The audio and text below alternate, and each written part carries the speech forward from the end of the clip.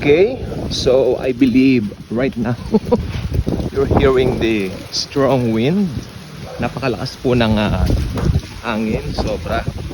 But still have to go sa likod dahil doon medyo tahimik, hindi maingay kasi nagpapatugtog na naman yung ewan ko ba yung mga kapitbahay. Okay, so bakit napaka-importante ng vlog na ito?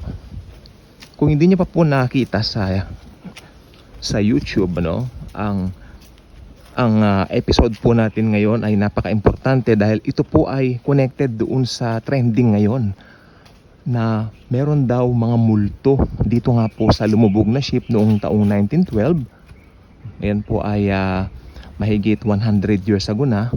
Ito po yung ship na Titanic. Meron daw pong mga multo rito to the point na meron pa mga paranormal experts, nabubulol na ako, paranormal experts na pumaroon sa Titanic, at tinignan daw po nila parang meron nga po.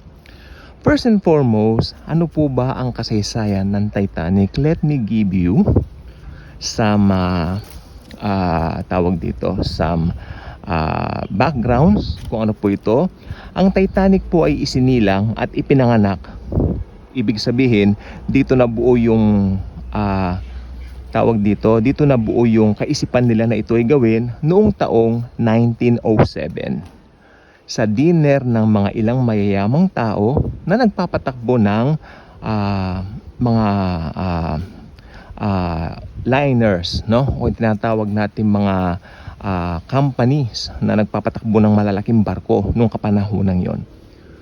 Ayon sa mga mayayaman na ito, hindi sila kontento doon sa mga liners, mga ships na kanilang nakikita during that time dahil naniniwala ang mga ito na meron pa itong ilalaki. Meron pa itong mas pwedeng magawa. Sabagay maganda yung ganong kaisipan, na hindi ka nagsesettle for anything less. Alam mo, meron pa, di ba? Okay, so ang ginawa nila sa pangunguna ni Bruce Ismay, ito po yung may-ari, sabi nila, gagawa tayo ng ship, ang pangalan nga Titanic.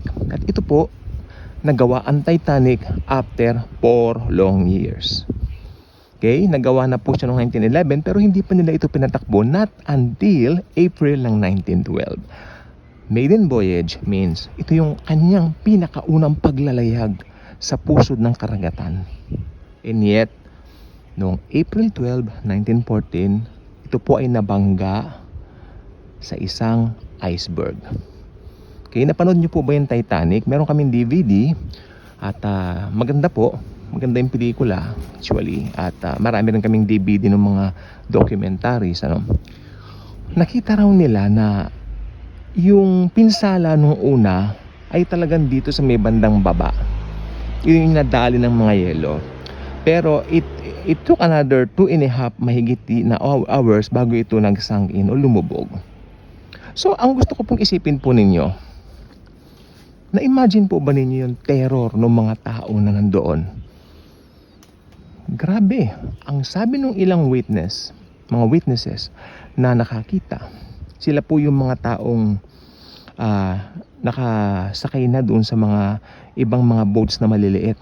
Kumbaga, saving boats, So meron silang mga lifeboats ang tawag.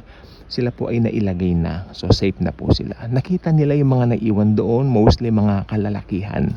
Ito po ay, may mga babae rin syempre. Ito po ay nakita raw po nila itong Titanic pala ay nakita nila unti-unting lumulubog. Akalain po ninyo yun, kung kayo yung mga nandun sa lifeboats, nakita nyo ang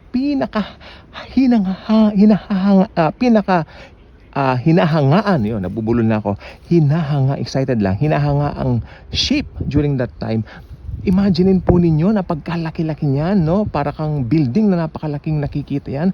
Tapos makikita mo, nandun ka sa lifeboat, nakikita mo ito ay unti-unting lumulubog. At ito pa po ang kwento. Ito hindi lang po kwento ngayon dahil patunayan na po ito. Naputol yung Titanic. Naputol siya. Yung click! Ganon, di ba? Parang na ganon siya. And then, napunta rito sa isang side, napunta ron sa isang side. Kaya makikita niyo from the bottom of the ocean. Alam niyo po ba, Ang nangyari, nung ito raw po ay bumagsak doon sa baba, dinig na dinig mula doon sa itaas. Nandun sila sa lifeboat, dinig na dinig nila ito nung bumagsak. Kasi napakalaki po ng Titanic. Sa gawa ng kamay ng tao, ito ang pinakamalaki na moving object.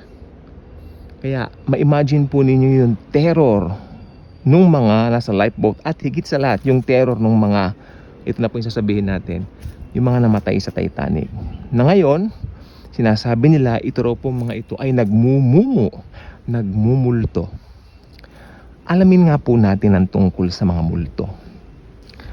Uulit-ulitin ko po sa mga vlogs natin kasi lalo trending po ito ngayon meron na raw mga multo sa Titanic maya-maya mababalitaan nyo mga multo sa Titanic. Ayan na. Sasabihin ko po sa inyo, yung mga namatay po sa Titanic, mahal nating lahat yan.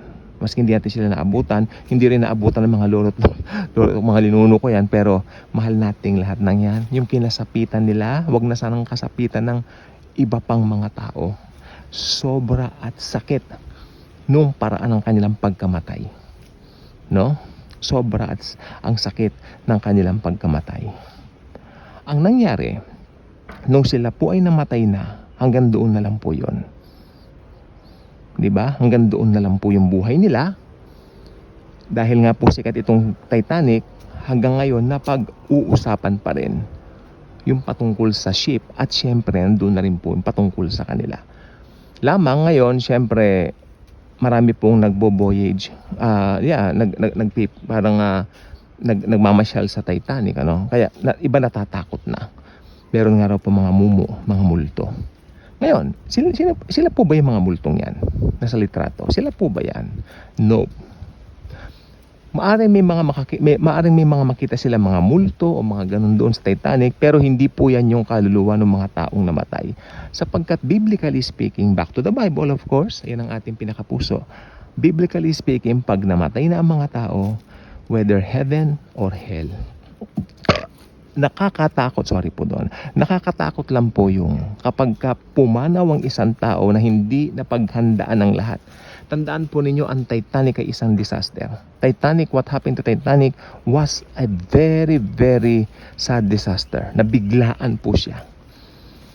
Sino magsasabi na ang kaligayahan na kanilang nadarama ng pagsakay nila sa Titanic ay mag-e-end na pala sa kanilang buhay? Sa ngayon, pwede natin sabihin sa kanilang maikling buhay. Ano po? Na yun na palang kanilang katapusan, April 12 of 1914. Marami po mga haka-haka naging